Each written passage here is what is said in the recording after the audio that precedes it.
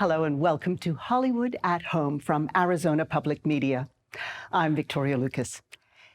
Tonight's film is director Bob Fosse's groundbreaking and multiple Oscar-winning 1972 musical, Cabaret, set amid the decadent nightclub scene in Berlin as the Nazi Party rose to power.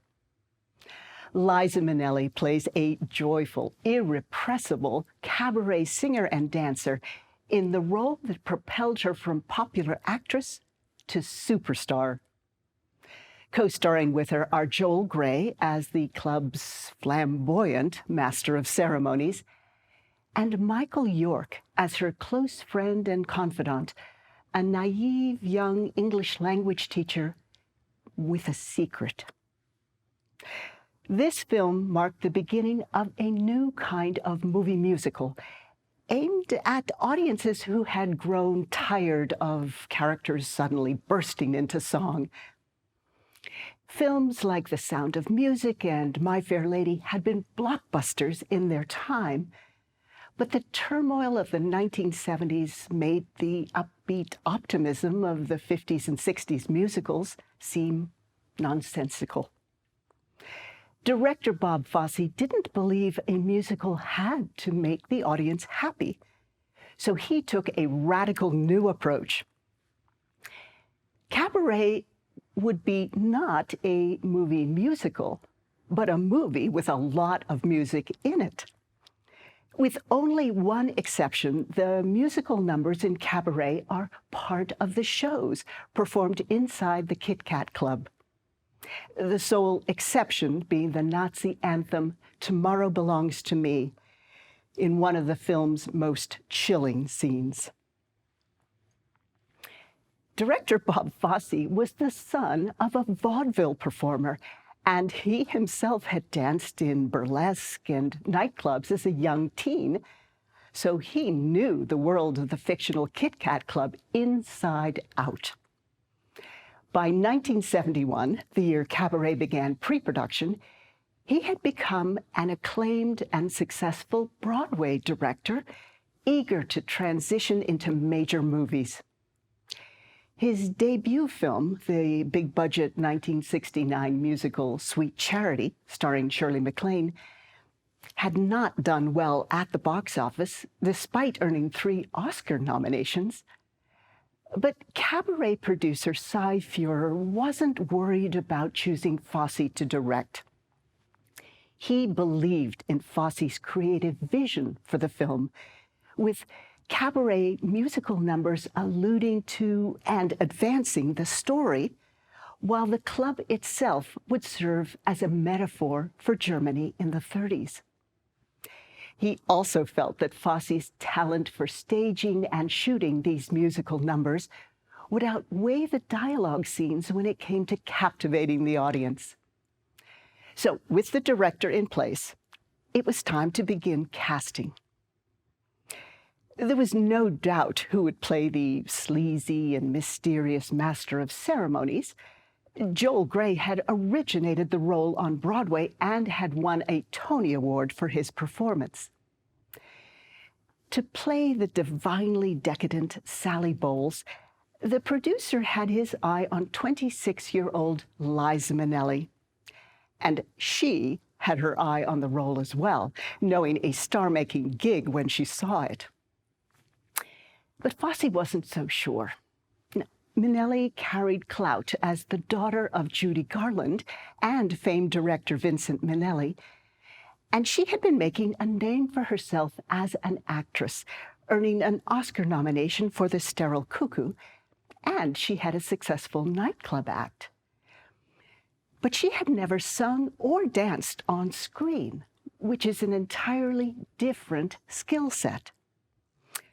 Fosse agreed to meet with her and the producers to discuss the role, where she told them almost immediately, "Don't worry, fellas, I'm gonna be great."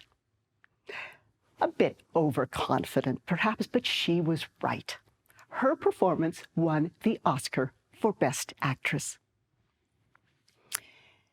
2 of the 3 leading roles were now set. But finding the right actor to play Sally's young teacher friend proved surprisingly difficult. The character description sent out to agents and managers to solicit submissions for the role described him as a Michael York type, meaning slightly quaint and shyly British.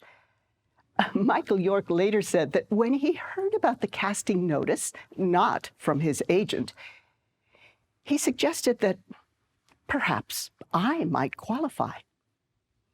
Director Fosse and producer Marty Baum had, by that time, interviewed some 20 young English actors without finding exactly what they wanted. Baum remembered the last person to come in the room was Michael. Now, he had done a number of films, and frankly, we were looking for a fresher face. But the moment he began to read, there was no further discussion. Michael York was the guy. Meanwhile, Liza Minnelli had turned her attention to the look of Sally Bowles. Her father showed her photos of silent film stars Theda Bara and Louise Brooks, both of them dark-haired and glamorous, and Minnelli loved the look. She impulsively dyed her hair darker and got a pixie cut, realizing belatedly that she probably should show the look to her director. So she painted her nails a dark color, put on false eyelashes, and went to see Fosse. At first, he was taken aback, but after a long moment, he said, "You know, that's pretty good." And that, of course, has become Minnelli's signature look to this day. The filmmakers decided to add realism to the film by shooting entirely in what was then called West Germany, with its historic castles, centuries-old houses, and even in 1971, a few original cobblestone streets. Another plus, as far as the director was concerned, was that the distance from Hollywood kept studio executives away from the set, giving him a good deal more freedom. Fosse was a noted perfectionist as director and choreographer, and his rehearsals were exhausting. Joel Grey said it was massively hard work for Liza and all the Kit Kat Club dancers, though Minnelli later admitted, 3/4 of the time we rehearsed like crazy, but the other quarter, we all laughed so hard, I don't know how we survived.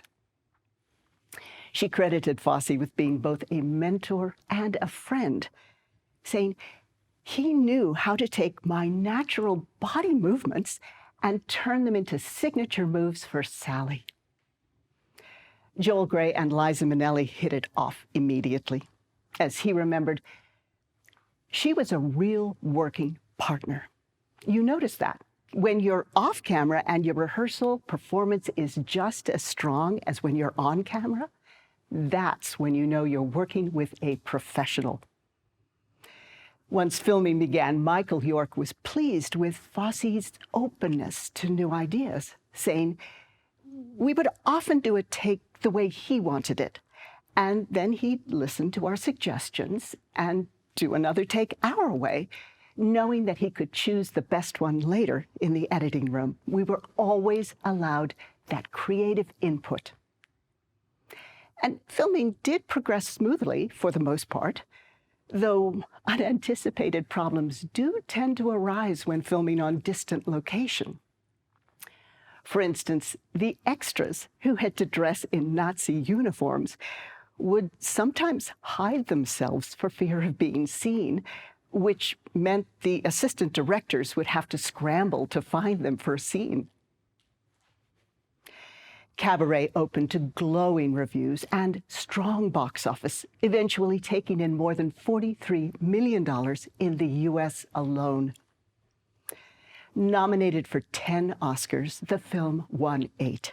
Best Director, Best Actress for Minnelli, and Supporting Actor for Joel Grey, as well as art direction, sound, editing, original song, and musical score. But the film did not win Best Picture. That award went to The Godfather.